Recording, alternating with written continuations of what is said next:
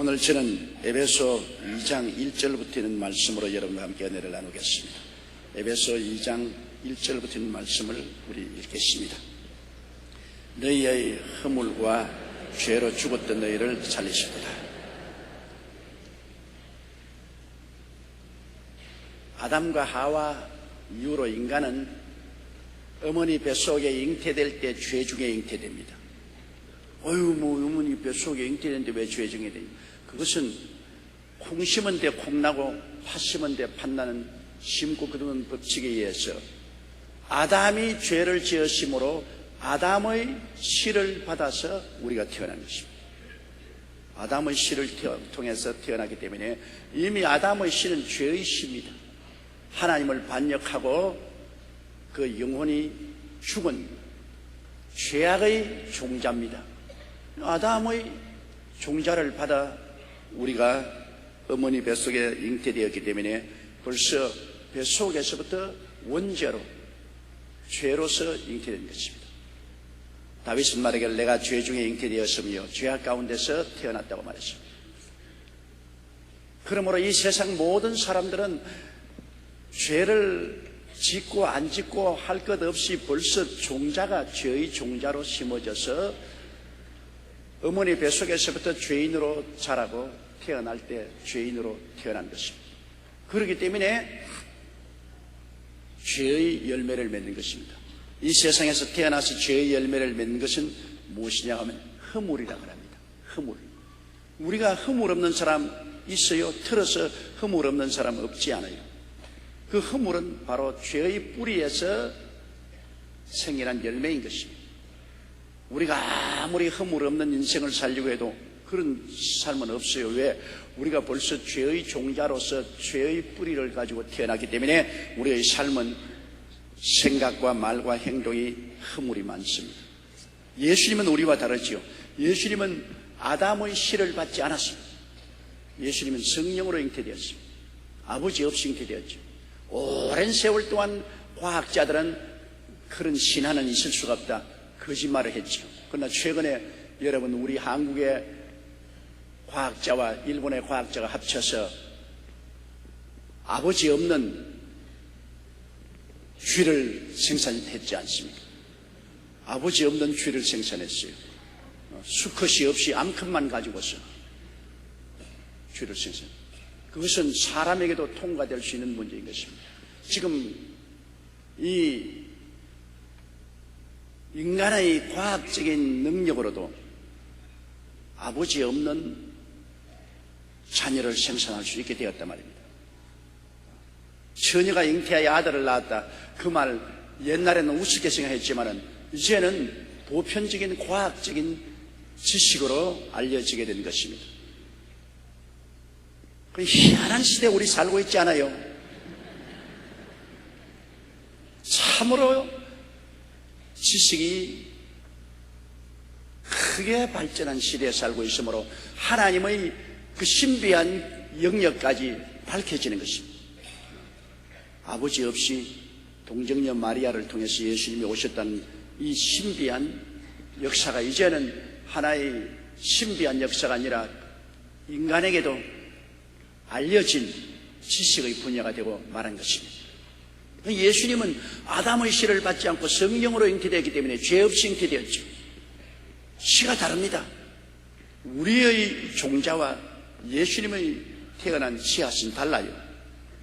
우리는 아담으로서 씨앗을 심었고 예수님은 아버지의 성령으로 잉태되어서 죄 없이 잉태되어 태어날 때부터 예수님은 죄 없이 태어났기 때문에 예수님의 생애 속에는 허물이 없습니다. 콩 심은 데 콩이 열매 맺죠. 팥 심은 데 팥이 열매 맺죠. 죄로 심은 자는 허물로 열매 맺죠. 거룩함으로 심은 인생은 예수님의 생애는 허물이 없어요. 전부 거룩한 것밖에 없습니다. 생각하는 것이나 말하는 것이나 행동하는 모든 것이 거룩한 열매입니다. 근본적으로 우리가 예수 그리스도와 우리 자신은 다르다는 것을 알아야 됩니다. 그럼에도 불구하고 예수님은 죄 없이 잉태되고 죄 없이 태어나고 허물 없이 산 사람입니다. 우리와 똑같은 사람입니다. 그렇기 때문에 죄 많은 우리들을 죄를 다 끌어안고 책임질 수가 있는 것입니다. 죄인이 죄인을 위해서 아무리 희생한들 용서할 수 없어요. 빚진 사람이 빚진 사람 빚을 어떻게 갚습니까? 빚이 전혀 없는 사람이 빚진 사람의 빚을 갚는다면 오케이죠. 그러나 빚투성인 사람이 다른 사람 빚투성의 빚을 어떻게 갚습니까? 못 갚죠. 죄악의 빚으로 꽉 들어찬 우리들을 어느 인생이 구원할 수 있겠습니까? 그러나 예수님은 죄의 빚 없이 잉태되고 죄의 빚 없이 태어나고 죄의 빚 없이 살았기 때문에 우리 죄의 빚을 다 대신 끌어안고 주님이 십자가에서 몸짓고 피 흘려서 청산할 수가 있습니다. 천하 인간에게 구원받은 이름이 예수님 이외에 준 적이 없는 것은 여러분 처녀로 잉태한 분은 예수님밖에 없기 때문인 것입니다. 이 세상 역사 가운데 모든 종교인이나 철학인이나 구주라고 하는 사람들마다 다 아버지를 통해서 태어났어요. 빚쟁이로 태어나서 누구 빚을 갚습니까?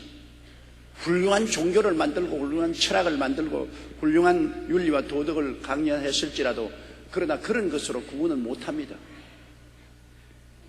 죄의 빚을 청산할 수 있어야 됩니다. 죄의 빚을 청산하기 위해서는 아버지 없이 태어나야 돼요. 아버지 있고 태어난 사람은 아무도 구주가 못 됩니다. 그러나 학자는 될 수 있고 종교인은 될 수 있어도 구주는 될 수 없습니다. 인류 역사상 아버지 없이 태어난 분은 예수님밖에 없어요. 앞을 봐도 뒤를 봐도 아버지 없이 태어난 분은 예수님밖에 안 계시는데 이 예수님이 우리 대신해서 빚을 갚아주셨으니까 몸을 찢고 피 흘려 빚을 갚아주셨으니까 예수로 말미암아 구원을 받을 수 있는 것이죠. 구원받을 이름이 예수님 이외에 준 적이 없습니다. 아무도 예수님 이외에는 천상천하에 구원할 자가 없습니다. 요사이 신종 예수 그리스도가 나타나서 구주라 하는데 그건 다 가짜입니다. 전부 사탄이 조작해낸 것입니다. 진실한 것이 아니죠. 그런데 우리는 허물과 죄로 죽었습니다. 우리는 이미 죄로 말미암아 하나님께 버림받은 존재로 잉태되고 태어날 때부터 하나님과 관계가 없고 거기에다가 허물을 잔뜩 지어서 죄에다가 허물까지 지어서 완전히 죽었어요. 그러므로 예수 안 믿는 사람은 죄 중에 태어나서 허물까지 지었으니 죄와 허물의 넝쿨이 우거졌습니다. 죄의 뿌리에 허물의 넝쿨이 우거져 가지고서 이거 뭐 도저히 손댈 수가 없어요. 죄와 허물로 죽었습니다. 여러분 죽은 사람이 스스로 살아나는 거 봤어요? 죽은 사람이 살아난다면 안 죽은 사람이 살려주어야 살아나죠. 죽은 사람이 어떻게 살아납니까? 죽은 사람은 보도 듣도 말도 못하고 생각도 못하는데 죽은 사람을 살리는 기술이 있다면 외부에서 살려야지 스스로는 못 살아납니다. 우리는 죄와 허물로 죽은 우리를 누가 살리느냐? 하나님이 살려주신 것입니다. 그래서 너희의 허물과 죄로 죽었던 너희를 살리셨다는 것은 타력적입니다. 내가 자력으로 못 살아나요. 죽은 사람이 무슨 수양을 하고 도덕을 쌓고 고행을 하고 할 수 없잖아요. 죽은 사람을 살리는 것은 타력적으로 바깥에서 살려줘야 되는데 우리 죽은 우리를 살리신 것은 하나님의 능력이 와서 우리를 살려주신 것입니다. 그렇기 때문에 믿음 이외에는 우리를 살릴 힘이 없어요. 너희 허물과 죄로 죽은 너희를 살리시도다. 2절에 우리 죽은 상태를 보십시다. 그때 너희가 그 가운데서 행하여 이 세상 풍속을 쫓고 공중의 권세 잡은 자를 따랐으니 곧 지금 불순종의 아들들 가운데서 역사하는 영이라. 그 가운데서 행하여, 그 가운데란 뭐냐면 세상 풍속입니다. 세상 풍속이란 무엇입니까? 제가 말한 것처럼 하나님이 없는 세상입니다. 세상에는 하나님도 없고 예수님도 계시지 않고 성령님도 계시지 않습니다. 왜냐하면 세상 사람은 하루 살면서 1분 1초도 하나님이나 예수님이나 성령님 생각하지 않습니다. 그래도 생활 공간에 하나님이나 예수님이나 성령님 삼위일체 하나님을 섬기는 공간이 전혀 없습니다. 전혀 없습니다. 세상은 악한 자에게 속하였고 세상은 하나님 아버지와 예수님과 성령님을 절대로 인정도 아니하고 환영도 아니하고 모셔드리지도 아니하고 알지도 아니하고 하나님이 계실 시간도 공간도 허락하지 않습니다. 그것이 세상 풍속입니다. 세상 풍속은 무엇이냐? 하나님 없는 풍속이 세상 풍속입니다. 세상 풍속 속에는 하나님이 없어요. 세상 놀이 가운데 하나님 계십니까? 세상 놀이 가운데 장구 소리가 나고 꽹가리 소리만 나지 하나님은 안 계십니다. 세상 놀이 가운데도 하나님이 안 계시고, 세상 문화 가운데 하나님이 계십니까? 안 계시잖아요. 세상 사람이 만들어 놓은 영화나 예술이나 그 모든 것에 하나님이 계십니까? 하나님이 계시지 않잖아요. 우리 세상에서 부르는 우리 민요나 유행가 속에도 하나님 계십니까? 전혀 하나님 계시지 않잖아요. 하나님 없는 것이 이 세상 풍속인 것입니다. 하나님 풍속 속에는 언제나 하나님이 계시고 예수님이 계시고 성령이 계시죠. 우리 오늘 예배 드리는 것은 하나님 풍속입니다. 세상 풍속 아닙니다. 세상 풍속에는 이렇게 모여서 하나님 말씀 설교하고 찬송하고 기도하는 것 없어요. 우리는 옛날에 그 세상 풍속 가운데 행하여 이 세상 풍속을 쫓았어. 그 세상 풍속은 누가 그 속에서 이끌어 가느냐? 공중의 번째 잡은 자가 이끌어 갑니다. 공중의 번째 잡은 자는 마귀입니다. 마귀가 하늘에서 쫓겨서 공중으로 내려와서 타락한 천사들과 귀신들, 이것이 악의 삼위일체입니다. 마귀와 타락한 천사들과 귀신들이 합쳐가지고서 이 세상을 끌고 가는 것입니다. 온 세상은 악한 자에게 소했는데 세상 속에는 마귀의 풍속, 마귀의 문화가 귀신들과 더불어서 아주 춤을 추는 것입니다. 우리 눈에 안 보이지만 세상 문화는 그 배후에 전부 마귀와 귀신의 역사가 있는 것입니다. 그 아무리 아름답게 치장을 하고 외면을 곱게 만들어도 내용은 마귀와 귀신들이 만드는 문화인 것입니다. 내용을 우리가 알아야 돼요. 아무리 겉이 근사하더라도 내용이 그렇지 않아요. 오늘 북한 보십시오. 겉은 어리어리하게 야단 법석을 하더라도 내용은 하나님도 계시지 않고 예수님도 계시지 않고 성령도 계시지 않은 완전히 마귀와 귀신이 점령한 정치, 경제, 교육, 문화, 군사, 산업 다 꼭 한 가지입니다. 공중의 번설 잡은 자가 끌고 가는 것입니다. 그러면 이 세상에 사는 우리 사람 또 한 가지요. 우리 같은 집에 살아도 예수를 믿고 하나님 아버지를 섬기는 사람은 하늘나라 문화가 들어와야죠. 그러나 예수 믿지 않은 사람은 공중의 번지 잡은 마귀와 귀신의 문화 속에 젖어 있는 것입니다. 세상 풍속을 따라가죠. 같은 집에서 살아도 하늘나라 풍속을 따라가는 사람하고 세상 풍속을 따라가는 사람, 가족들도 다르죠. 벌써 영이 다르거든. 같이 있어도 그 속에 성령이 계시는 사람이 있는가 하면 공중의 권세 잡은 악한 마귀의 영이 들어있는 가족들도 있다고요. 그러니 오늘 세상은 여러분 영적인 전쟁이 계속되는 것입니다. 이 세상에 하나님의 나라가 임하여 있는 사람이 있는가 하면 세상 나라, 마귀의 나라가 임하여 있는 사람들이 함께 섞여 살죠. 하늘나라가 들어와 있는 사람은 하늘나라 방식으로 살고 세상 나라가 들어와 있는 사람은 세상 방식으로 살고, 그래서 여러 가지 면에서 하늘나라 방식으로 살자는 사람에 대해서 세상 나라 방식으로 살아야 된다고 부딪히죠. 그러므로 예수 안 믿는 부부간에 여러분 살자면 늘 부딪히는 일이 많습니다. 남편 속에는 세상 나라가 들어와 있고 아내 속에는 하늘나라가 들어와 있습니다. 남편은 세상 풍속을 따라 살자 그러고 아내는 하늘나라 풍속을 쫓아서 살자 그럽니다. 영적인 전쟁이 끊임없이 일어나는 것입니다. 끊임없는 마음의 충돌이 일어나죠. 그렇기 때문에 서로 신앙이 다른 부부끼리 결혼해서 쉽게 살 수 있다고 생각하는 것은 상당히 어리석습니다. 어느 나라든지 한 나라가 굴복을 해야 돼요. 하늘나라가 굴복을 해서 그냥 남편 따라 안 믿는 세상으로 따라 나가든지, 남편이 굴복해서 부인 따라 하늘나라로 오든지, 그 두 나라가 한 나라를 점령하기까지는 오랜 세월 동안 풍파를 겪어야 되는 것입니다. 믿지 않은 자와 멍해를 같이 하면 오랫동안 풍파를 겪어요. 그래서 대개는 남편보다 아내가 이기지요. 대개는.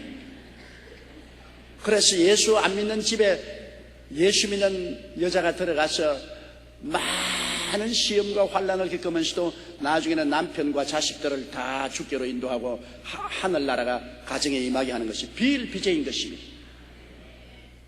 결국 붙으면 여자가 이겨요. 왜? 아담과 하와 보십시오. 아담이 하와보다 먼저 태어났으니까 오빠지요. 그러니까 아담이 오빠고 하와는 동생이, 요 사이는 뭐 부부간에도 애들 낳고도 오빠라 그래요. 참 도저히 상상할 수 없어. 우리 시대는 당신이라 하면 되는데 요 사이는 당신이라는 말을 안 써요. 오빠라 그러지. 오빠라 그래. 그래요. 분명히 아담이 오빠인데도 불구하고 하와는 돕는 배필이라 그랬습니다. 돕는 자는 말이 많아요. 도움을 받는 자는 말을 많이 안 하지만 돕는 자는 이렇게 해라 저렇게 해라 이거 입어라 이거 먹어라 저거 먹어라 앉아라 써라 말이 많죠. 그러므로 하와는 말이 많고 아담은 말이 적어요. 누가 이기느냐? 말이 많은 사람이 이긴다고요. 자꾸 아담에게 이래해라 저래라. 나중에는 선악과도 따먹고 하와가 자꾸 이거 먹어라 먹어 이거 좋으니까 먹으라고 하니까 아담이 따서 받아 먹었다. 그러므로 언제나 돕는 배필을 돕는 자가 자꾸 말을 많이 하기 때문에 설득을 시키고 결국은 이기죠. 그러므로 하늘나라가 여자 속에 들어오면 그 하늘나라는 그 여자가 가는 가정을 마귀의 나라를 쫓아내고 이기는데, 대개 남자가 예수를 믿어서 하늘나라가 들어와 있어도 가정에 들어와서 부인 안 믿는 부인과 자녀들을 변화시키는 역사가 별로 일어나지 않습니다. 그러므로 하늘나라에 하나님이 여성들을 많이 구원시키는 이유도 있어요. 여자들이 구원받아야 남자가 구원받고 자녀들이 구원받습니다. 남자가 구원받았으면 여자들과 자녀들이 구원받는 확률이 그렇게 많지 않죠. 그러므로 우리 속에 여러분 내용이, 눈에 안 보이는 내용이 크게 다릅니다. 믿는 사람은 내용이 하나님의 성령이 들어와 있고, 안 믿는 사람은 공중의 권세 잡은 악령이 들어와 있는 것입니다. 악령이 들어와 있습니다. 내용이 달라요. 내용이 다르니까 생각하는 것이 다르고 말하는 것이 다르고 행동하는 것이 다르고 삶의 모든 가치가 달라지는 것이죠. 내용이 굉장히 중요합니다. 그것이 중요한 것이 아닙니다. 그러므로 우리가 예수 믿기 전에는 우리가 세상 풍속 쫓고 공중의 권세 잡은 자를 따랐으니 곧 지금 불순종의 아들들 가운데 역사하는 영입니다. 지금 주님을 믿지 않은 사람들의 자녀들 가운데 역사하는 영은 바로 공중의 권세 잡은 마귀의 영인 것입니다. 우리는 끊임없이 영적인 전쟁을 하고 있는 것입니다. 우리는 예수 그리스도 이름으로 우리가 기도할 때 성령으로 말미암아 싸우는 것입니다. 기도는 싸우는 것입니다. 우리가 기도를 많이 하면은 세상 영이 거기에 고통을 당하고 쫓겨나가는 것입니다. 기도가 왜 중요하냐? 영적인 싸움의 도구가 기도인 것입니다. 우리가 예수 이름으로 기도를 하면 성령이 그를 통해서 나타나기 때문에 마귀의 영이 쫓겨나가죠. 기도하지 않으면 쫓겨나가지 않죠. 지금 우리 교회는 여기에 하나님의 성령이 충만히 임하여 계시고 여러분 속에 다 성령이 와서 계십니다. 이 놀라운 성령의 모임 단체인 것입니다. 우리가 기도하면 우리를 통하여 하나님의 놀라운 능력의 역사가 일어나게 되는 것입니다. 그러나 세상의 모임에 가면은 거기에 성령의 임재하심이 있는 것이 아니라 세상 영이 꽉 들어차 있습니다. 세상 영이 꽉 들어차서 세속으로 끌고 나갑니다. 여러분, 세속이란 것이 반드시 음란하고 더럽고 허물진 것만 세속이 아닙니다. 아무리 아름답고 거룩하고 깨끗하게 보이더라도 그 속에 하나님 아버지와 예수님과 성령 삼위일체 하나님을 인정하지 아니하고 환영하지 아니하고 모셔드리지 아니한 곳은 모두 다 세속인 것입니다. 하나님이 안 계신 곳이 전부 세속이에요. 하나님이 계신 곳에는 거룩하게 되는 것이고, 하나님이 계시지 않은 곳은 전부 세속이 되는 것이고, 하나님이 계시지 않은 풍속은 전부 세상 풍속입니다. 하나님이 안 계시는 풍속은 전부 세상 풍속이에요. 세상 풍속의 배후에는 공중의 권세자만 악령이 다 조정하고 있다는 것을 알아야 되는 것입니다. 세상 풍속을 줬습니다. 그러므로 우리가 영적인 세계를 우리 분명히 알고서 인생을 살아야 돼요. 내가 아무리 동기동창이요 같이 계를 하는 친구라고 할지라도 안 믿는 사람 속에는 세상의 영이 들어와 있습니다. 그는 세상 풍속을 쫓아가고 있습니다. 믿는 나는 성령이 들어와 있습니다. 하늘나라 풍속을 쫓아갑니다. 세상 풍속하고 하나님 풍속이 벌써 다릅니다. 세상에 속한 사람은 세상 말을 하고 하늘나라에 속한 사람은 하늘나라 말을 하는 것입니다. 세상으로 끌고 가려고 하고 하늘나라에 속한 사람은 하늘나라로 끌고 가려고 하는 것입니다. 그러므로 언제든지 영적인 긴장 상태가 놓이게 되는 것입니다. 두 나라가 같이 머리를 맞대고 있으니까 긴장이 될 수밖에 없지요. 세상 나라도 서로 국경을 같이 하면 서로 긴장 상태에 군대를 동원해서 서로 국경을 지키고 있는데, 영적인 나라도 끊임없는 대결 상태에 있는 것입니다. 여러분은 하나님의 나라인 것입니다. 하나님 나라이기 때문에 하나님께서 여러분 속에 와서 계시지 않습니다. 하늘 나라죠. 하늘 나라가 안 믿는 세상 나라 속에 들어와 있습니다. 이 세상은 안 믿는 나라입니까? 안 믿는 세상 나라 속에 여러분 한 사람 한 사람이 하늘 나라로서 들어와 있는 것입니다. 교회는 집단적인 하늘 나라인 것입니다. 그러므로 안 믿는 나라와 하나님 믿는 하나님 나라와 끊임없는 긴장 속에 들어와 있는 것입니다. 그래서 과거에 예수를 전도할 때 안 믿는 나라가 예수 그리스도의 나라가 오지 못하기 위해서 얼마나 많이 죽였습니까? 기독교 2000년 역사를 통해서 여러분 복음을 전가하다가 순교당한 사람이 부지기수로 많고 순교의 피가 강물처럼 흘렀습니다. 우리 한국 땅에도 여러분 천주교가 제일 처음 전도에 들어올 때 얼마나 많이 순교했으며 120여 년 전 신교가 들어오고 난 다음에도 얼마나 많은 사람들이 세상 나라에 의해서 잡혀가고 감옥에 들어가고 고문당하고 순교를 당했습니다. 세상 나라는 하늘 나라가 못 들어오도록 막습니다. 그러나 결국에는 하늘 나라가 세상 나라를 밀치고 정복하고 들어와서 오늘날 대한민국 같은 곳에는 하늘 나라가 뿌리를 내리고 있습니다. 1200만 민족 국민의 4분의 1 속에 하늘 나라가 임하여 있습니다. 5만 교회에 하늘 나라가 임하여 있습니다. 10만 주의 종들 속에 하늘 나라가 임하여 있습니다.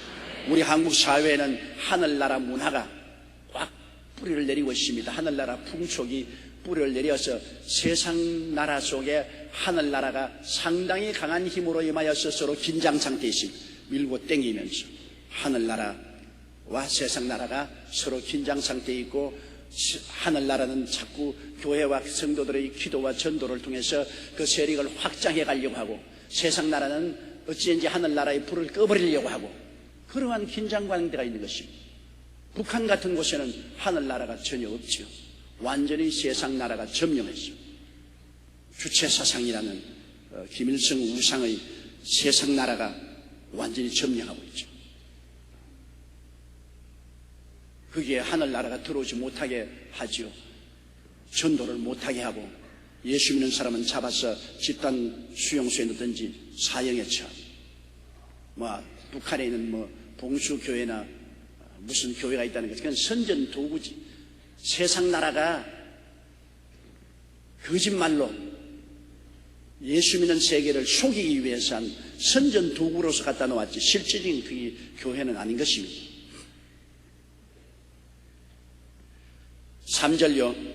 전에는 우리도 다 그 가운데서 우리 육체의 욕심을 따라 지내며 육체와 마음의 원하는 것을 하여 다른 이들과 같이 본질상 진노의 자녀였더니, 전에는 우리 예수 믿기 전에는 우리가 다 그 가운데 행했습니다.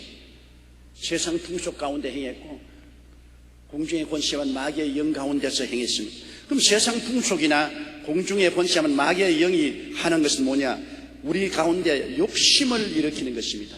세상 사람들은 다 여러분 욕심을 따라 살잖아요.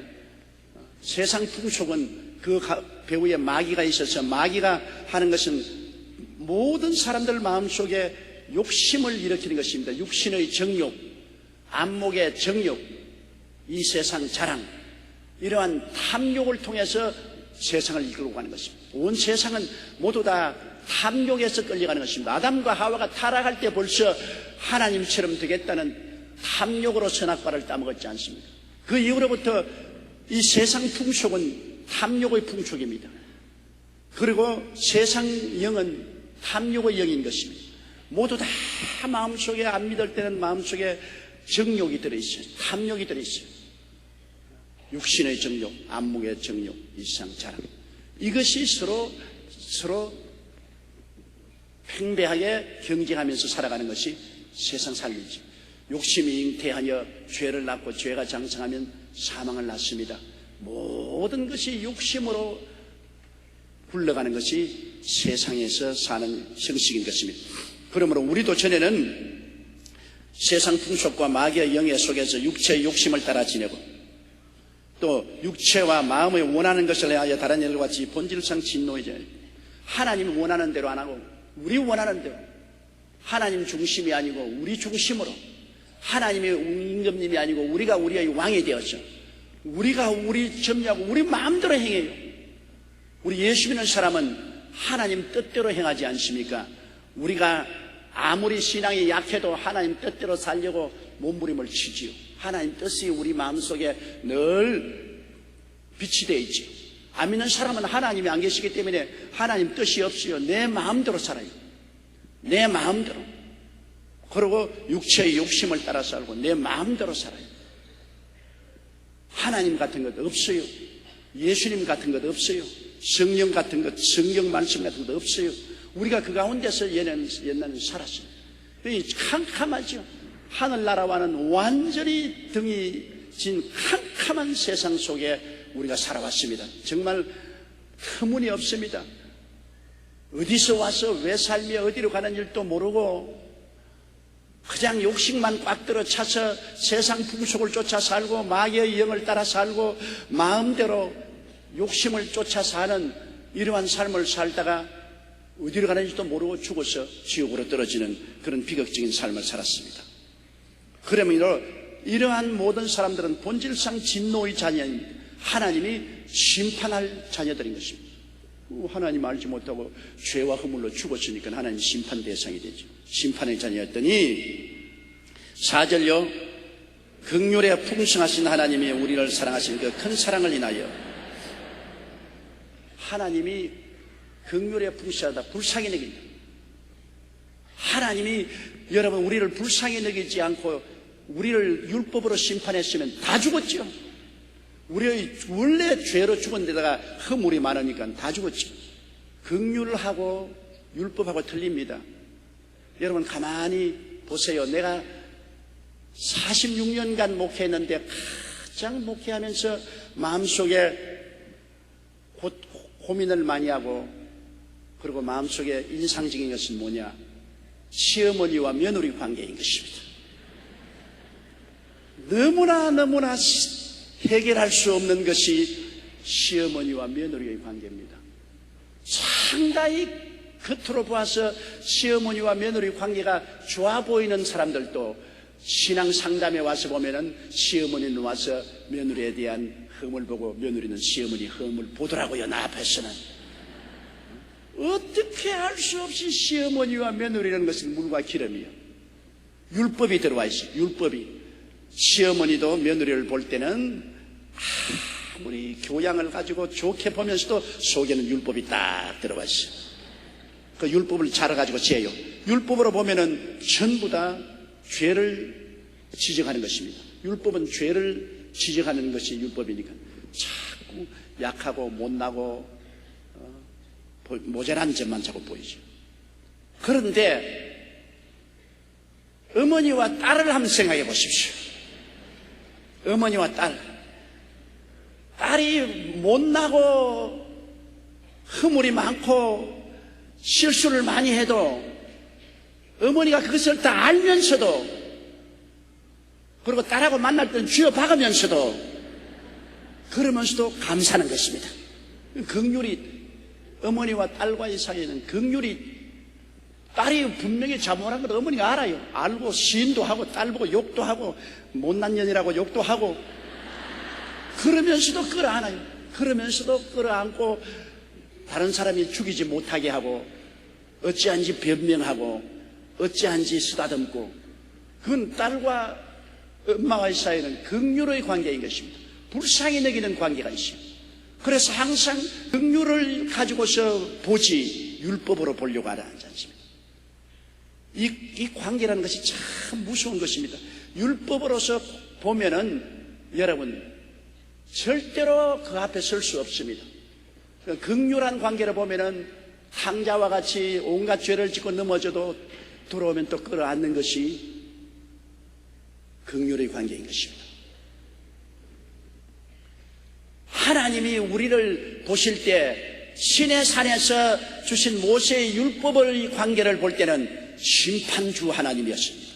그렇기 때문에 이스라엘 백성들은 율법을 받아서 율법하에 살 때 하나님의 심판을 받아 멸망당했었습니다. 그러나 갈보리 십자가에 예수님이 몸짓고 피를 흘려서 우리 죄를 대신 청산하신 그때 이후로부터 시작해서는 하나님과 우리의 관계는 긍휼의 관계인 것입니다. 십자가를 통하여 불쌍히 여겨주는 관계이십니다. 불쌍히 여겨.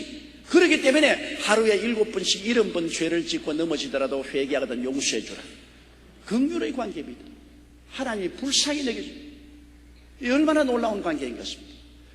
가늠하다가 현장에 잡힌 여자가 예수 옆에 끌려올 때 모세의 제자들인 바리새교인 사두개인 교부사들은 율법적으로 보니까 이 여자를 죽이려고 손에 돌을 들었습니다. 모세의 법에는 가늠하다가 잡힌 여자는 죽이라고 그랬다. 율법의 눈으로 보니까 이 여자는 죽음을 당해야 될 대상입니다.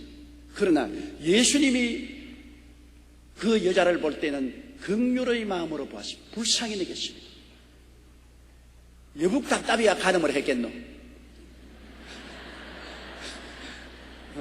어떻게 그렇게 할 수밖에 없는 심리적인 그 생활 형편 여러 가지 어려움이 있었겠어.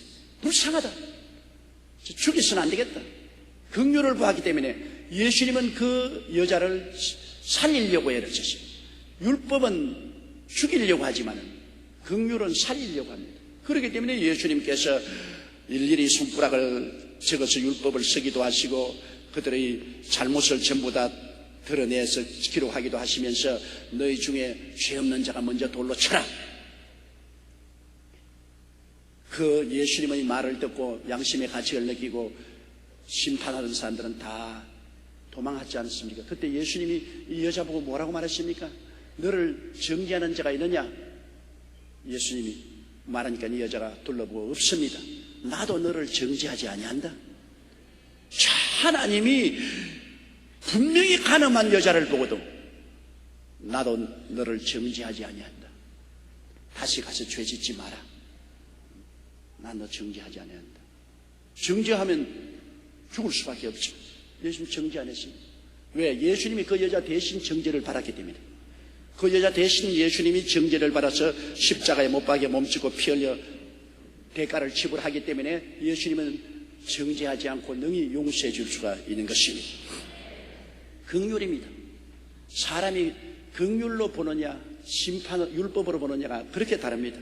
우리 예수 믿는 사람은 십자가를 통해서 하나님이 우리를 불쌍히 보셔서 죄와 허물을 용서해 주셨기 때문에 우리가 이웃을 볼 때 긍휼의 안경을 쓰고 보아야 돼요. 율법의 안경을 쓰고서 자꾸 빨가벗기고 핥히고 흑칠하고 짓밟고 이 율법의 안경을 보면 모두 다 자꾸 빨가벗기는 겁니다. 결점을 드러내고 빨가벗기고 욕하고 심판하고 핥히고 흑칠하고 짓밟는. 그러나 긍휼의 안경을 가지고 보면은 여러분 사랑은 허다한 허물을 덮느니라 빨가벗기가 자꾸 덮어서 입히는 것입니다. 덮어주고 상처를 치료해주고 씻어주고 수술해주는 것입니다. 그러므로 우리가 예수 그리스도의 긍휼을 받았으면 우리도 긍휼을 행하면서 살아야 되는 것입니다. 나는 하나님 앞에 긍휼을 받았으면서도 다른 사람에 대해서는 율법으로서 심판하고 사는 것은 어림도 없는 일입니다. 그렇기 때문에 성경 말씀에 주님이 우리 주기도문 가르칠 때 우리가 우리에게 죄지은 자를 사하여 준 것 같이 우리의 죄를 사하여 주옵소서. 우리가 이웃에 긍휼을 베푼 것처럼 우리에게 긍휼을 베풀어 달라고 그렇게 기도하는 것입니다. 우리는 남에게 긍휼을 베풀지 아니하면서 하나님 앞에는 우리는 긍휼을 베풀어 주옵소서 하는 것은 그것은 어느 도단인 것입니다. 여러분, 이거 심각한 말입니다. 그냥 웃고 넘길 말이 아니에요. 나는 그저 죄 용서해 주시옵소서, 하루에도 수없이 죄 짓고 용서해 주옵소서 하고 남의 죄는 용서하지 않고 형편없이 심판하는 교인들이 얼마나 많습니까? 남은 그냥 빨가벗기고 핥혀버리고 흑칠을 하고 짓밟아버리면서도 자기는 하나님, 나는 용서해 주시옵소서. 남이 음란하면 간음이고 자기가 음란하면 로맨스다. 나는 로맨스를 저거는 간음이다. 사람들이 그렇게 생각합니다. 그러면 안 되죠. 이러므로 자기가 용서 안 받고 싶으면 남도 용서해 줘야 되는 것입니다. 이웃을 용서하면 나도 용서받습니다. 이웃을 용서 안 하면 나도 용서 안 받아요. 안 해줘요. 긍휼이 없는 사람은 긍휼이 없는 심판을 받아요. 긍휼을 있는 사람은 하나님의 긍휼 있는 심판을 받아요. 이웃과의 관계가 하나님과 우리와의 관계에 가장 중요한 간음이라는 것을 알아야 돼요. 이웃과의 관계가 심판의 관계면 하나님과 나의 관계도 심판의 관계인 것입니다. 그러므로 우리 서로 심판하지 말고 서로 긍휼히 여기고 서로 불쌍히 여기고 서로 용서하기를 하나님께서 우리를 용서한 것처럼 해야만 되는 것입니다. 그래서 긍휼에 풍성한 하나님이 우리를 사랑하신 그 큰 사랑을 인하여 우리에게 그냥 사랑한 것이 아닙니다. 큰 사랑입니다. 하늘만큼 땅만큼 사랑입니다. 여러분, 어린아이들 보고 물어보세요. 너 아버지 어머니 얼마나 사랑하니? 많이 사랑해. 아니야, 얼마나 더 사랑해. 하늘만큼 땅만큼 큰 사랑을 말하는 겁니다. 하나님이 우리 사랑한 것은 하늘만큼 땅만큼 사랑한 것입니다. 그 높이가 하늘보다 높고 그 깊이가 바다보다 깊은 큰 사랑을, 그 큰 사랑 때문에 우리의 모든 죄를 대신 다 짊어진 겁니다. 우리의 죄를 다 짊어지고 십자가에서 대신 몸짓고 피 흘려서 두말하지 않고 청산한 겁니다. 예수님은 십자가에서 내려올 수 있는 능력이 능히 있음에도 불구하고 자기는 내려오지 않고 우리의 죄를 대신 다 갚아주신 그 큰 사랑, 우리가 도저히 인간의 지성으로 이해할 수 없는 큰 사랑인 것입니다. 하나님은 이 큰 사랑을 가지고 우리를 불쌍히 여기십니다. 그래서 우리가 구원을 받는 것이죠. 안 그러면 우리 주제에 어디에 감히 구원을 받습니까? 금시 주여 주여 했다가 돌아서서 죄 짓고 돌아서서 잘못하고 허물진 인생이 어떻게 구원받아요? 한없는 사랑과 긍휼을 통해서 또 용서받고 또 용서받고 용서받고 또 용서받고, 그러한 하나님의 긍휼과 사랑을 통해서 우리가 구원을 받는 것입니다. 5절요. 허물로 죽은 우리를 그리스도와 함께 살리셨고 너희가 은혜로 구원을 얻은 것이다. 허물로 죽은 우리를 그리스도와 함께 살리셨다. 우리의 운명을 그리스도와 일체시킨 것입니다. 예수님이 사람이 된 것처럼 우리도 예수님과 더불어서 부활하여 하나님의 자녀가 된 것입니다. 투게더, 함께. 이거 참 기독교 신앙에 놀라운 것입니다. 우리 신앙이 어릴 때는 저 멀리 계신 예수님, 나를 위해서 십자가에 못 박여 몸짓고 피 흘려 죽으신 예수님을 바라보지만은 신앙이 좀 더 깊어지면 그것이 바로 내가 그리스도와 함께 십자가에 못 박였다는 것입니다. 예수님이 내가 되어 왔으니까, 사람이 되어 오셨으니까 나도 예수님과 하나가 되어서 예수님 안에서 십자가에 함께 못 박이고 함께 장사지된 바 되고 함께 부활해서 함께 올라간다. 여러분, 그 쉽게 알 수 있습니다. 이게 예수님 아닙니까? 이게 내 아닙니까? 나를 예수님 안에 넣어버리면, 이 성경이 십자가에 못 박이면 나는 어디에 있습니까? 십자가에 있죠. 이 성경이 무덤에 들어가면 나는 어디에 있습니까? 성경 안에 있으니까 무덤에 들어갔죠. 이 성경이 부활하면 나는 어디에 있습니까? 그리스도 안에서 부활했죠. 성경이 보좌 우편에 앉으면 나는 어디에 있습니까? 나도 보좌 우편에 가서 앉아있는 것입니다. 우리가 그리스도 안에 있다는 것, 예수를 구주로 모시면 여러분은 그리스도 안에 있게 되는 것입니다. 성경은 말씀하기를 우리는 하나님께로 나서 그리스도 안에 있고, 그리스도는 하나님께로 나서 우리에게 지혜와 의로움과 거룩함과 구속함이 되었다. 여러분, 우리 하나님이 우리를 부르셔서 예수님 안에 들어가게 만들어진 것입니다. 예수 믿으면 예수님 안에 있습니다. 여러분 다 예수님 안에 있습니다. 예수님 안에 있습니다. 그러므로 우리를 그리스도 안에서 함께 십자가에 함께 장사되고 그리스도와 함께 살렸다. 그래서 이 성경은 말하기를 너희가 은혜로 구원 얻은 것이다. 은혜라는 것은 공짜로 구원 얻은 것이다. 실제로 우리는 십자가에 안 올라가는데 예수님 안에 있으니까 덕분에 올라가고, 예수님 덕분에 우리가 무덤에 들어갔고, 예수님 덕분에 부활의 하늘에 올랐으니 은혜로 된 것입니다. 은혜로. 여러분, 험한 길을 걸어갈 때 어린아이는 자기 발로 못 걸어가잖아요. 엄마의 등에 업혀서 갑니다. 엄마는 아기를 업고 험한 길을 걸어갑니다. 그런데 가기는 갔는데 그 아이가 안 걸어갔는데도 가기는 갔지 않아요? 그렇지 않아요? 자기는 안 걸어가도 가기는 갔습니다. 어떻게? 엄마 등에 업혀서 갔습니다. 지가 걸어가도 가는 것이고 엄마 등에 업혀가도 가는 것인데, 걸어가면 상처투성이가 될 것인데 엄마 등에 업혀 있었으니 공짜로 편안하게 갔지 않아요? 가는 것은 똑같이 가는 겁니다. 우리가 예수님 십자가에 우리 대신 안 죽어 주었으면 우리가 몸짓고 피 흘려서 지옥에 떨어져야 되죠. 그러나 예수님께 우리는 업혀서, 예수님이 다 우리 위해서 고난받으시고 우리는 그 예수 그리스도의 그 고난받으신 등에 업혀서 구원을 받았으니 그 은혜로 구원을 받은 것입니다. 은혜로 구원받은. 우리가 이 세상에 사는 모든 것이 다 은혜라는 것을 알아야 돼요, 여러분. 다 은혜요. 왜? 여러분, 물질적인 해와 달과 별과 바다와 육지와 나무와 오곡백과를 우리가 만들었나요? 하나님이 다 만들었어요.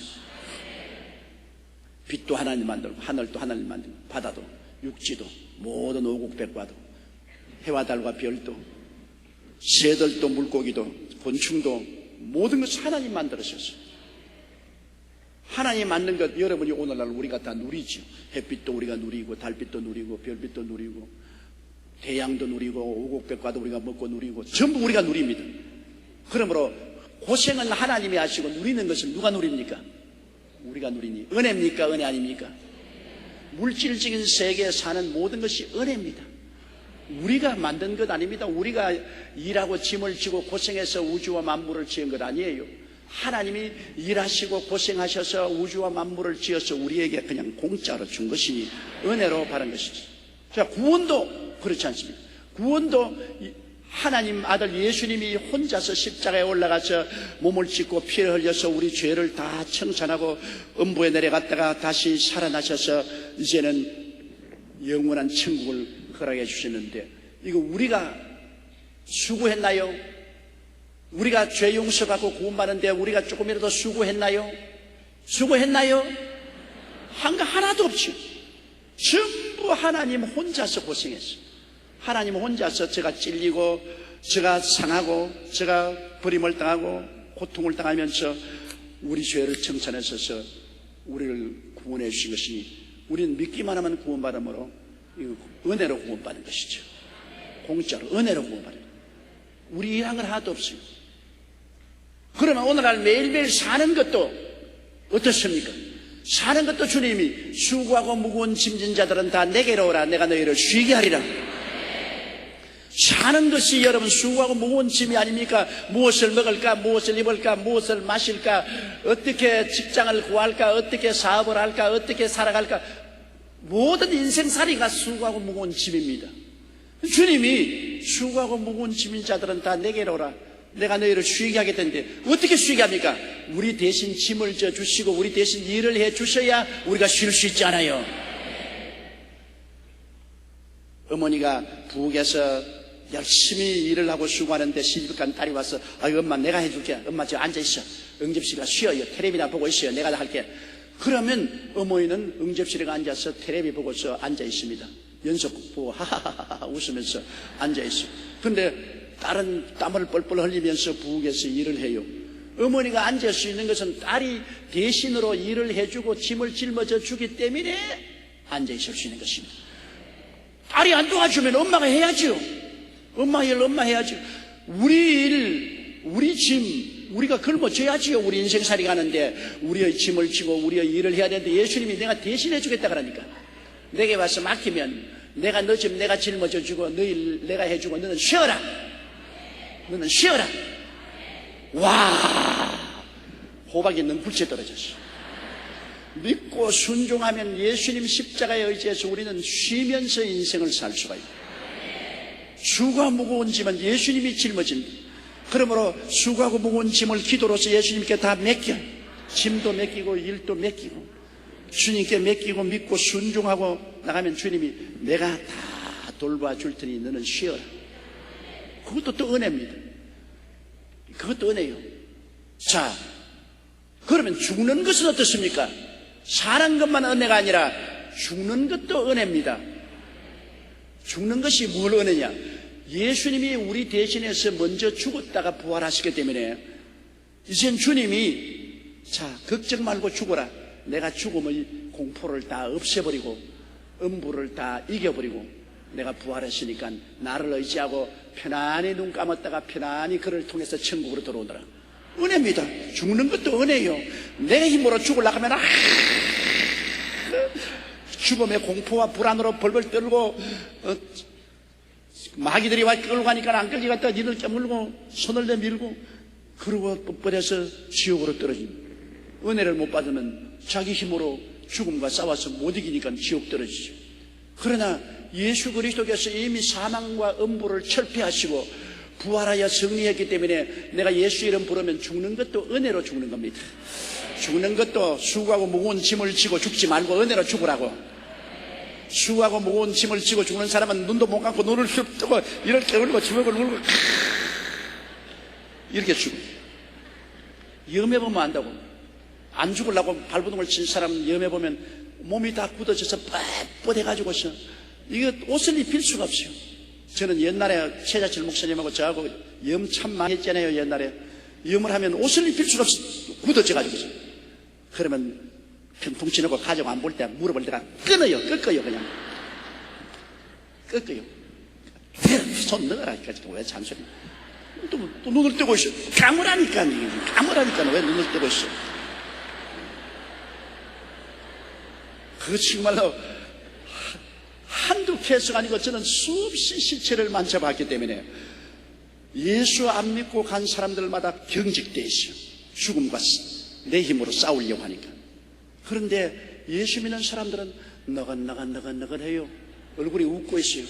왜? 은혜로 죽으니까. 죽을 때 내 힘으로 죽지 않고 예수님이 와서 같이 죽어주시고 같이 부활해 주시니까 그냥 예수님 의지하고 은혜로 죽었으니까 긴장을 안 해서 팔 넣으면 싹 다리 넣으면 다리 싹 얼굴도 곱고 방실방실 웃으면서 그렇게 은혜로 죽는 것입니다. 죽는 것도 예수 안에서는 은혜로 죽어요. 천당도 은혜로 가죠. 여러분 우리가 천당 준비했나요? 천당을 우리가 손가락 하나도 움직이지 않았어요. 천당에 눈물도 근심도 탄식도 이별하는 것이나 구하는 것이나 앓는 것도 없는 영원한 영광의 천국은 우리는 하나도 수고 안 했어요. 예수님 혼자서 준비했어요. 내가 너희를 위하여 처소를 예비하러 가나니 가서 예배하면 다시 와서 나 있는 곳에 너희도 함께 있게 하리라. 주님이 다 예배하고 나는 공짜로 가니까 그것도 은혜죠. 은혜죠. 인생을 모든 것이 은혜의 선물입니다. 우주 만물도 은혜로서 주님이 우리에게 선물로 주셨고 구원도 하나님이 은혜로서 선물로 주셨고, 우리가 현재 사는 것도 주님께 다 맡기면 주님께서 은혜로서 쉬게 살게, 쉼을 가지고 사는 선물로 인생을 주셨고, 죽음도 은혜로 선물로 주셨고, 천국도 은혜로 선물로 주셨고, 모든 것이 다 은혜의 선물인 것입니다. 놀라운 것입니다. 이 은혜를 깨닫고 나면은 너무너무 편안하다고. 하나님이 우리 위해서 다 일하시고, 하나님이 짐을 짊어지시고, 일은 하나님이 하시고 짐은 하나님이 짊어지시고, 우리는 믿고 순종하면 그냥 은혜로서 공짜로 모든 것을 선물로 사는 것입니다.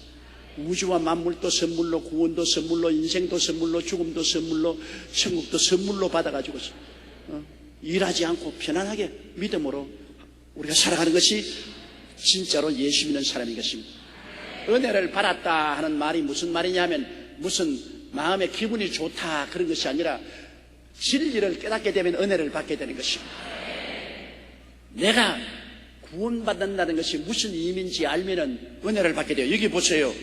허물로 죽은 우리를 그리스도와 함께 살리셨는데, 우리가 무슨 일한 것이 아니고 너희가 은혜로 구원을 얻은 것이라. 순전히 하나님이 은혜로 우리를 살려주시고, 6절에요. 또 함께 이렇게 해서 그리스도 예수 안에서 함께 하늘에 앉히시니, 우리를 주님과 함께 죽으면서 이렇게 해서 예수 안에서 하늘에 앉혔다. 여러분, 앉았다는 것, 이거 의미가 깊습니다. 앉은 사람이 앉는다는 것은 쉰다는 말인 것입니다. 서 있다는 것은 일한다는 말인 것입니다. 하늘에 이미 벌써 지금 우리 이 원어로 보면은 지금 벌써 우리 하늘에 앉아있다. 지금 벌써 하나님의 은혜 속에서 우리 앉아서 인생을 사는 것입니다. 앉아서 인생을 산다. 내가 수고하고 무거운 짐을 지고 피땀을 흘리고 일하면서 인생을 사는 것이 아니라 나는 하나님께 맡기고 의지하고 마음에 편안히 앉아서 인생을 산다. 마음의 평안을 가지고 사는 것을 말하는 것입니다. 아니 뭐 앉아서 살아간다고 난 오늘부터 출근도 안 할란다, 그냥 밥도 안 하고 그냥 일도 안 하고 난 앉아 있을래, 그냥 집에 앉아 있을게. 앉아 있다는 것이 그런 앉아 있는 의미가 아니라 마음 속에 평안을 가지라는 것을 말하는 것입니다.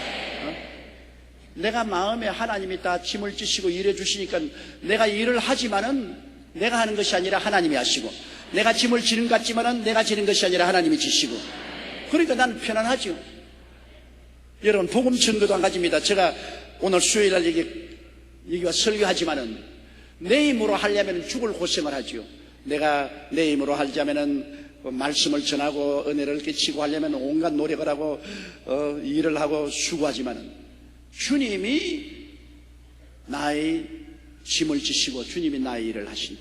주님이 하나님 말씀을 증거하시고 은혜를 끼치고 그렇게 하시는 것이니까 내가 하는 것 같으나 하나님이 하시는 것입니다. 내가 설교하는 것 같으나 실제는 하나님이 하시는 것입니다. 내가 기도하는 것 같으나 실제는 하나님이 하시는 것입니다. 그러므로 하나님이 나를 옷 입고 짐을 지시고 일을 하시니까 나는 하나님 안에서 편안하죠. 걱정하지 않죠. 편안하게 의지하고 기쁘고 즐기면서 은혜로 목회를 할 수 있죠. 앉아있다는 것, 여러분, 이거 굉장히 중요한 것입니다. 마음에 앉아서 산다. 뭐 열심히 여러분이 인생을 살면서도 마음속에는 앉아있다. 마음속에 서서 고통당하지 않고 다 짐을 맡기고 일을 맡기고 마음에 편안하게 하나님과 함께 사니까 뭐 편안할 수밖에 없죠. 하나님과 함께 사니까. 유능한 부모와 함께 사는 자식들은 앉아서 인생을 살죠. 마음에 앉아서. 왜? 부모님이 다 돌봐주잖아요. 집도 부모님이 마련해 주시고 먹을 것과 입을 것과 있을 곳과 모든 공부할 것을 다 부모님이 다 해주니까 그런 거 걱정할 필요 없잖아요. 그럼 뭡니까? 마음에 안식을 가고 있죠. 편안하잖아요. 아버지 어머니가 계신 이상 두려울 것도 없죠. 편안해요. 앉아있어요. 앉아서 인생을 살아요. 자녀들이. 부모님이 일해 주시고 짐을 짊어주시고 자기들은 앉아서 사는 것이죠. 비유컨대 앉아있는 것이죠. 인생을 편안하게 사는 것이죠. 그러나 부모님이 안 계시면 고아가 되면 내가 있을 곳을 만들어야 되고 내가 먹을 것을 만들어야 되고 내가 옷 살 것을 만들어야 되고 내가 살아갈 것을 해야 되니까 앉아서 인생을 못 살죠. 서서 동분서주하고 뛰어야죠. 피땀을 흘려야죠. 고통을 해야죠. 짐도 내가 짊어지고 일도 내가 해야죠. 부모가 안 해주니까. 그러나 좋은 부모가 있으면 짐도 부모가 지고 일도 부모가 하니까 그 자식들은 마음에 안식을 가지고 편안하게 우리 아버지 어머니가 해주니까 나는 편안하게 그저 믿고 순종하고 인생을 살면 되는 것입니다. 그렇게 인생을 살라는 것입니다. 하나님이 우리 부모인 것입니다. 우리 부모 없는 고아가 아니에요. 부모예요. 하나님이 우리에게 무엇을 먹을까, 무엇을 입을까, 무엇을 마실까, 어떻게 살 거를 다 돌보는 것입니다. 성경이 그렇게 말하고 있지 않습니까? 너희는 먼저 그 나라와 그 일을 구하라, 믿고 순종하라, 그 말인 것입니다. 이 모든 것을 더하여 주시려. 우리 부모 대신 하나님이 더하여 주십니다. 믿고 순종하고 믿고 순종하고 믿고 순종하고 믿고 순종하고 믿고 순종하고 믿고 순종하면서 앉아있어라. 마음에 앉아서 인생을 살아. 평안을 가지고 있어라. 불안과 초조와 절망을 갖고 살지 마라. 내 말 알아듣겠어요? 이거를 깨달으면 여러분께서 은혜를 받게 되는 것입니다. 내 짐 다 내려놓고 내 일 다 내려놓고 오늘 버스 타고 돌아갈 때 편안하게 이제 돌아가는 겁니다. 완전히 앉아서 인생을, 내가 이제 짐도 없고 일도 다 주님께 맡겼으니 주님이 나와 함께 계셔서 내 짐 짊어주시고 내 일 해주신, 하늘과 땅을 권세를 가지신 주님이 뭘 못해요? 하나님께 다 기대어서 안식하고 산다. 왜? 성경이 그렇게 말하십니다. 또 함께 일으키사, 여러분 우리 죽은 우리를 예수 그리스도와 함께 이미 함께 일으키사 그리스도 예수 안에서 함께 하늘에 앉혔습니다. 벌써 하늘에 앉아 있어요. 여러분 하늘에 앉아 있다는 것은 지금부터 시작해서 벌써 우리가 천국에 들어가서 앉아 있는 형상으로 쉼을 가지고 사는 것입니다. 하나님의 안식 속에서 사는 여러분 되시기를 주의 이름으로 축원합니다. 히브리서 4장에 우리가 저 안식에 들어가기를 힘쓸지니 그렇게 말하고, 저 안식에 들어간 자는 하나님이 자기 일을 쉬심같이 자기 일을 쉬나니라고 말씀하고 있는 것입니다. 자, 그러면 7절도 보십시다. 이는 그리스도 예수 안에서 우리에게 자비하심으로 그 은혜의 지극히 풍성함을 오는 여러 세대에 나타내려 하심이라.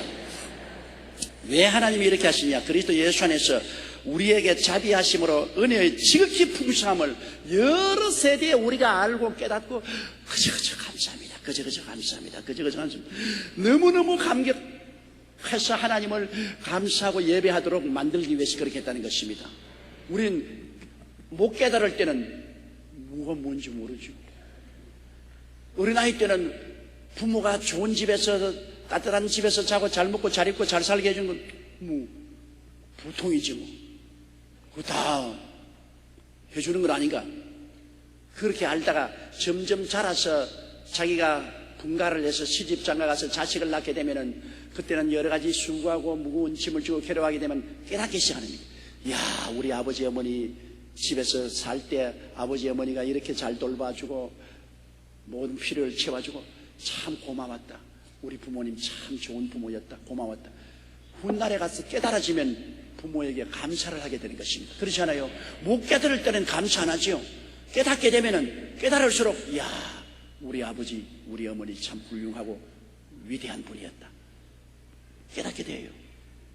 그래서 우리 어릴 때도 늘 부모 사랑 모르면 너도 시집장가 가서 자식 낳아봐라.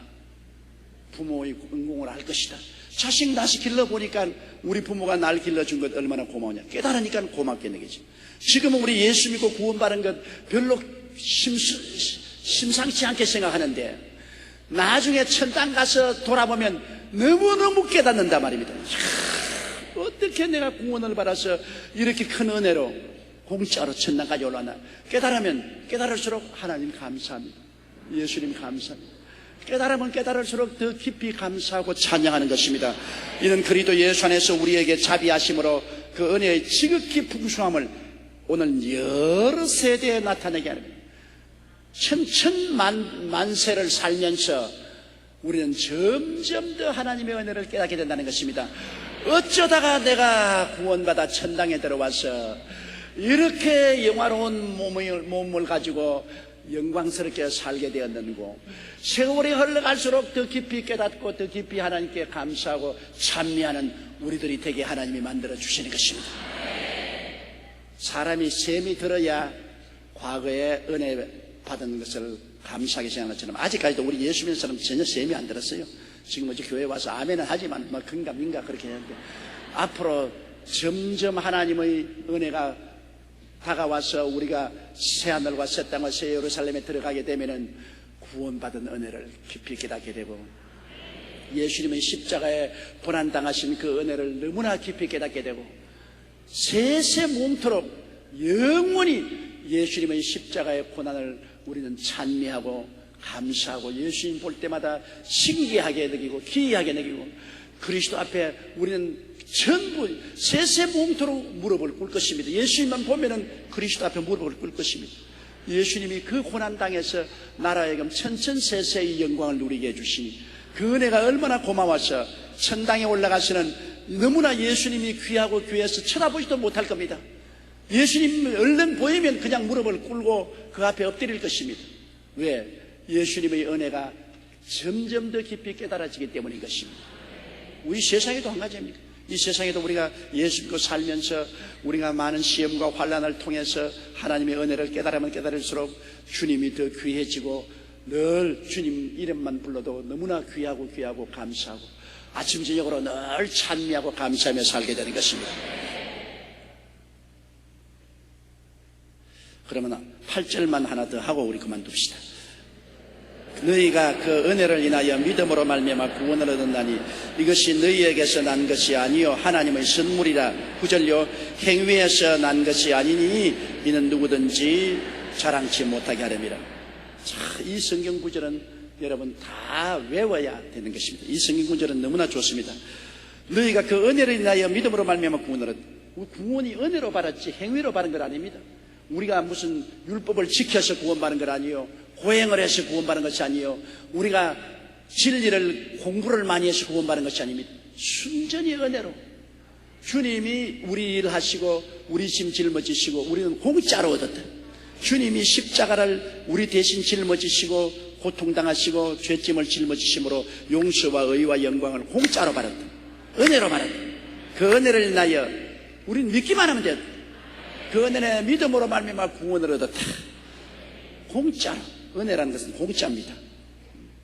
그 은혜를 인하여 믿음으로 말미암아 구원을 얻으니 이것이 너희에게서 난 것이 아니다.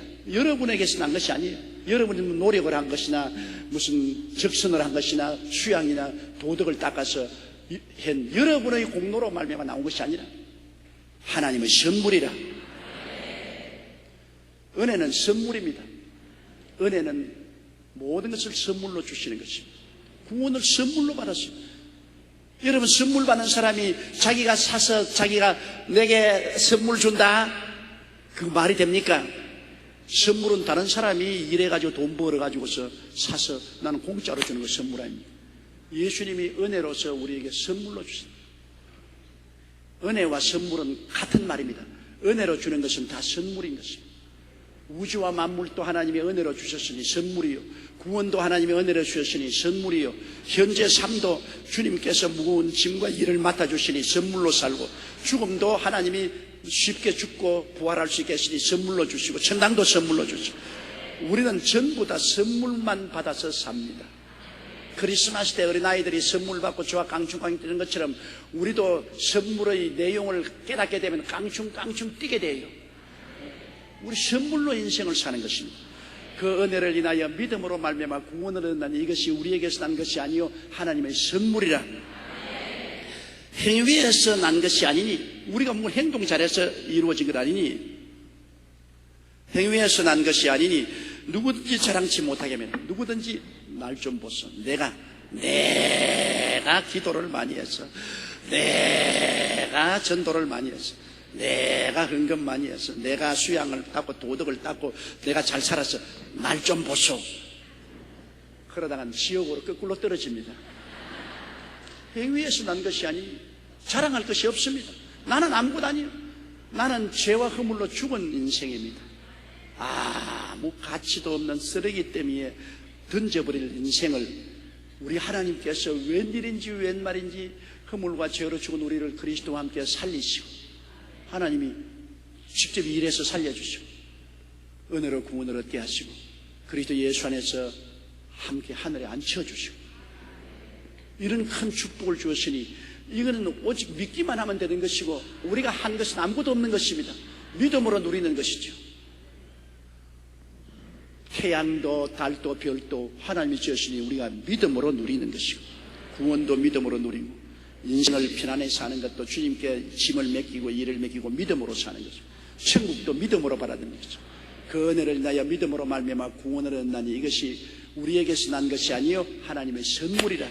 행위에서 난 것이 아니니 누구든지 자랑치 못하게 하려면 자랑하지 말아야 돼요. 자랑하는 자는 주 안에서 자랑하라. 모든 것은 주님이 은혜로 선물로 준 것이기 때문에 주 안에서 자랑하라. 내가 지금 숨쉬고 살고 있는 것도 주님의 은혜인 것입니다. 그러므로 모든 것을 주님께 감사하고 주 안에서 자랑하는 여러분 되시기를 주의 이름으로 축원합니다.